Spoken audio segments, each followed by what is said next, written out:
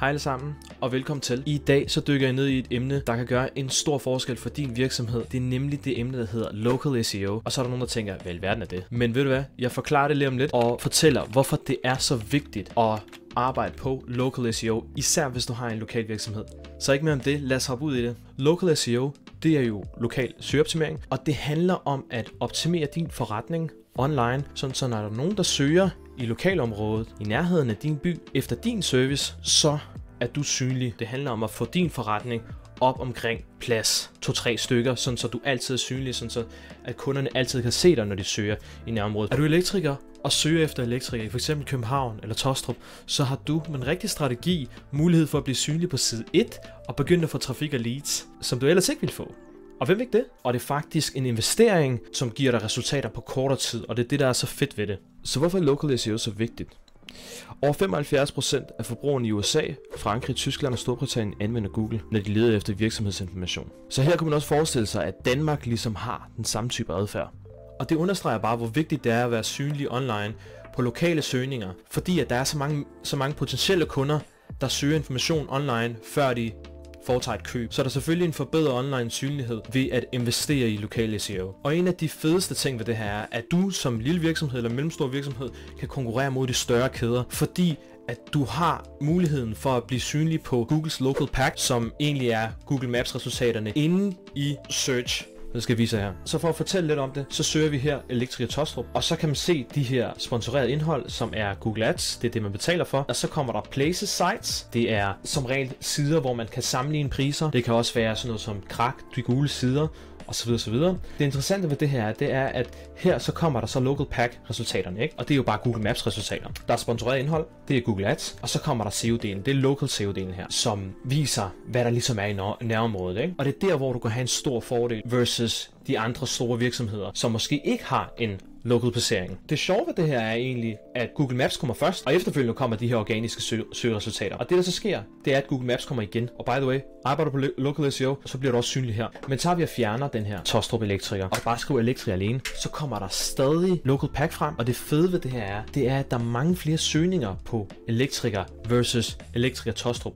Fordi at for eksempel her, så elektriker Taastrup har færre søgninger. De har 90 søgninger om måneden. Det er ikke så mange. Selvfølgelig er der mange afledte søgninger, som for eksempel elektriker i Taastrup, eller whatever, der er kombineret med elektriker Taastrup. Det fede ved det her for en lokal virksomhed, det er, at selvom søgeordet elektriker Taastrup ikke har så meget søgevolumen, det vil sige, du får ikke så meget trafik på den specifikke der, så vil en effektiv SEO-strategi også placere din virksomhed foran potentielle kunder, der søger efter bredere søgetermer og lignende søgetermer som elektriker. Så vi kunne forestille os, at vi får mange flere potentielle kunder end blot 90.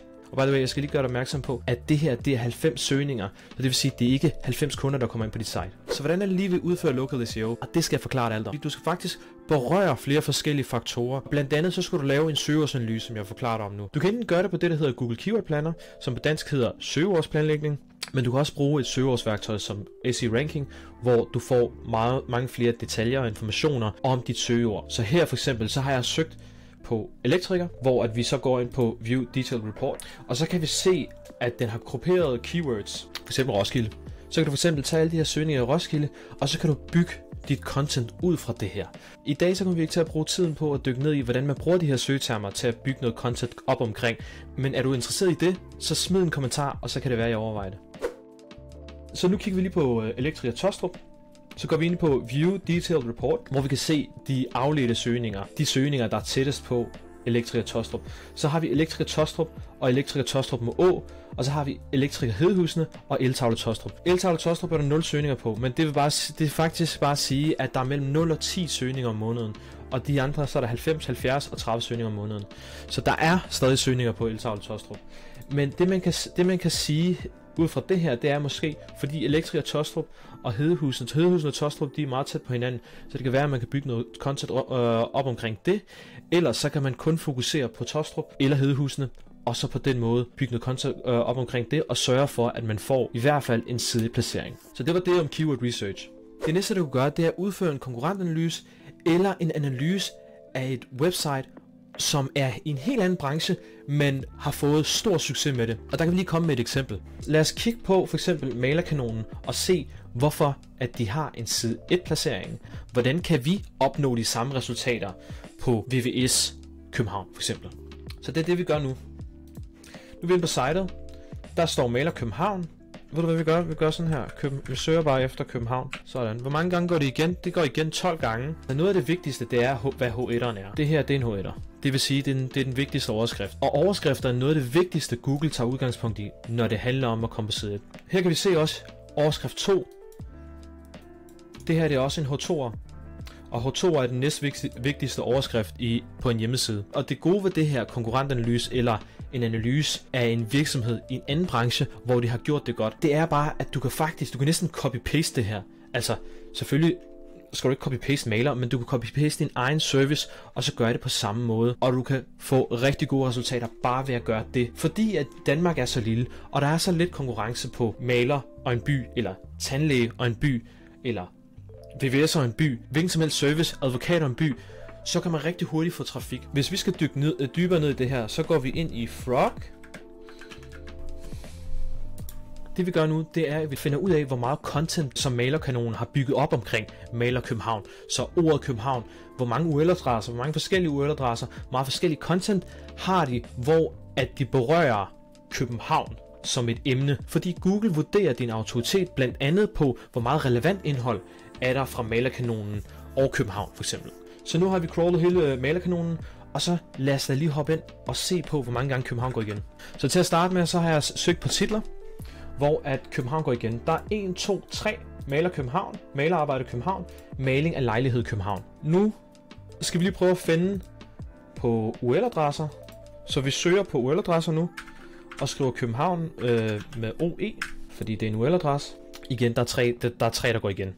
Lad os prøve Sjælland. Så her kan du se, at det er åbenlyst, at de laver SEO-arbejde, hvor de prøver at ramme flere forskellige byer og ramme flere forskellige søgninger. Så hvis man for eksempel søger Maler Sjælland eller Maler Vestsjælland, så har de alligevel en placering. Så der kunne man overveje som VVS'er eller elektriker at lave noget af det samme og stadig få succes. Det næste vi kan gøre, det er, at vi kan gå ind og kigge på Screaming Frog og søge efter Maler København som en ankertekst. Og en ankertekst, det er et hyperlink, det er et blå hyperlink, fordi at jo mere i din ankertekst, din hyperlinks, hvor at København indgår, desto mere relevans har den i forhold til søgning København. Men man skal huske på, at man ikke bare spammer derud af med Maler København eller København.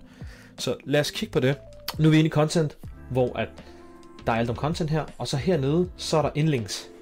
Det er der, hvor man kan se ankerteksten. Så går vi herind, så trykker vi lige her, to ankertekst, København. Og det næste vi gør så, det er, at vi trykker på Ctrl A her, og så får vi alt med Maler København. Og I kan se, hvor mange forskellige links der er. Hvor mange ankertekst, altså hyperlinks, hvor København indgår. Maler Frederiksberg, der indgår for eksempel København. Så hvis vi tager Maler Frederiksberg, trykker Enter, og så søger på København, så kan du se, at der er et link her, der hedder København. Og det har de gjort på rigtig mange sider. Og som regel vil man ikke gøre det på den her måde. De har alligevel, altså det her, det kunne rigtig hurtigt blive indikeret som spam af Google, fordi at der er så mange ankertekst, hvor den hedder Maler i København. Men lad os lige se, hvorfor at den hele tiden popper op. Det kan jo være, at det ikke er i brødteksten, men et andet sted. Så lad os se. Blog Maler i. Så. Der fandt vi jo ligesom hvorfor. Det er fordi, at det her det er en del af footeren, det vil sige, det er en del af den generelle hjemmeside. Lige meget hvor vi går hen, så står der Maler i København. Og det er det, de har gjort, som gør, at Maler i København, Frederiksberg og Amager bliver vigtiggjort så meget. Så samlet set, så kan man se, at der er sådan cirka 2, hvor malerarbejde København. 2 ankertekst, der går ud til malerarbejde København. Den ene Omers og FAQ'eren. Og længere oppe er det samme faktisk, Omers og FAQ'eren, hvor at der bliver linket ud til maling af lejlighed i København. Og så til sidst, så er der nogen, hvor de indgår under Maler Frederiksberg, Omers, billig maler og Maler Sjælland. Så på samme måde kan du gøre det med for eksempel dine egne konkurrenter. Så hvis du for eksempel i det her tilfælde er elektriker, så kan du gå ind og finde din konkurrent i samme by, og så finde ud af, okay, hvad kræver det for mig at komme på side 1 som minimum? Jamen det kræver som minimum, at du har lavet det her for eksempel, hvis du er maler, og du befinder dig i København, ikke også? Og det er ligesom en af faktorerne, der gør, at du kan få lov til at komme på side 1. Så det du skal have styr på, det er søgeordsanalysen, det er konkurrentanalysen, og det næste det er, at du har styr på din Google Business profil, som vi så skal snakke om nu. Så det første du gør, det er, at du søger Business Profile Manager og går ind og sørger for, at du er listet. Hvis du er listet i forvejen, så går du ind og administrerer. Så sørger du for at udfylde alt som overhovedet muligt. Og så for eksempel i servicedelen, så udfylder du alle dine services, som du tilbyder. Så for eksempel er du en regnskabsvirksomhed, så går det ikke, at du bare hedder, lad os sige, København Regnskab APS, og du ikke tilføjer andet. Så for eksempel, hvis du udfører årsrapporter, så skriver du årsrapporter i din service, og skriver du noget om årsrapporter. Hvis du er revisor, så skriver du noget om revision, og inkluderer ordet revisorer eller noget i den stil. Sådan så, at Google ligesom kan se, det er ikke kun en regnskabsvirksomhed, men det er også, hvis der nu bliver søgt revisor, så har du også muligheden for at blive synlig på revisor. Hvis der bliver søgt årsrapport, så sørg for, at den del også bliver synlig. En anden ting, det er at interagere med dine reviews. Så hvis der er nogen, der sender en anmeldelse, så husk at besvare, sådan så er der noget aktivitet. Har du allerede kunder i forvejen, sig til dem, at de alle sammen skal sende nogle reviews ind til dig. Fordi for eksempel, nu er vi i København og søger på Decaf, og det der er så specielt, det er, at det er reviewsene, den highlighter her. Så Decaf version, coffee is also available in Decaf version, having a Decaf option.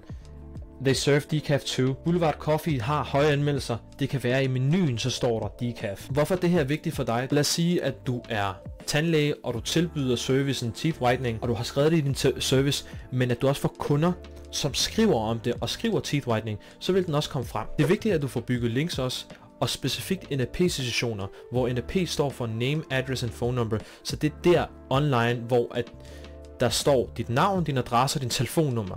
Og det er vigtigt for Google, fordi at de kan verificere dine virksomhedsoplysninger og se, at det, der står om din virksomhed, er sandt. Hvordan gør man det? Det gør man via eventuelt en konkurrentløs, hvor du kigger på deres backlinks, og så finder du alle NAP-sessionerne, og så ligesom siger, okay, de har de her NAP-sessioner, og dem skal vi også have. Ellers så kan du kontakte mig, skriv en kommentar ned i bunden, så sender jeg dig en liste over nogle NAP-sessioner, som du kan få gavn af. Og hvis du selv ønsker at hoppe ud i det, så er det virksomhedsregistre og sociale medieprofiler, som er noget af det vigtigste. Og det var alt om Local SEO. Har du spørgsmål, så smid det ned i kommentarfeltet. Det er Louis her fra OneUp Marketing, og vi ses i næste video.